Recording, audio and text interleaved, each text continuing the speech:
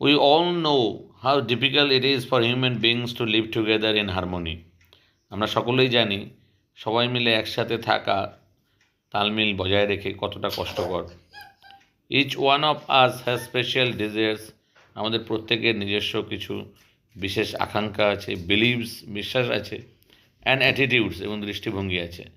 It can be difficult in a family or in society with different people who have varied views and tastes. এটা একটা পরিবারে হোক অথবা সমাজে হোক, সবাই মিলেমিশে চলাটা খুবই অসুবিধাজনক, কারণ প্রত্যেকের দৃষ্টিভঙ্গি আলাদা, রুচি আলাদা।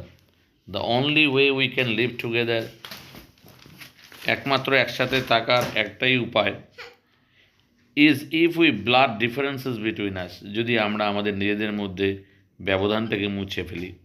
We must bear in mind the implications of entering into relationship. আমাদের অবশ্যই বুঝতে হবে যে কোনো একটা সম্পর্কে প্রবেশ করার আগে তার গুরুত্বগুলি কী কী। We have to admit that we can be wrong and make mistakes. আমাদেরকে এটা মেনে নিতে হবে যে আমরা ভুল করতে পারি, আমরা ভুল হতে পারি। However many people are reluctant to admit they make mistakes. কিন্তু অনেকেই খুব দ্বিধাগ্রস্ত হন নিজের ভুল স্বীকার করতে। রিল্যাক্টেন্ট মানে দ্বিধাগ্রস্ত।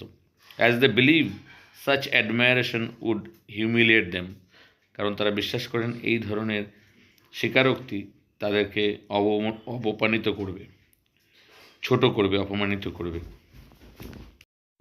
এখান থেকে আমরা অনেক ভালো ভালো ওয়ার্ড শিখতে পারি, যেমন হারমোনি মানে সংহতি, মিল থাকা, ডিজায়ার্স ইচ্ছা, বিলিভস বিশ্বাস, অ্যাটিটিউডস দৃষ্টিভঙ্গি, ভিউজ টেস্টস মানে রুচি হতে পারে, স্বাদ যেমন হয় তেমন রুচিও হতে পারে। ব্লার আবছা করে দেওয়া বা মিটিয়ে ফেলা হতে পারে।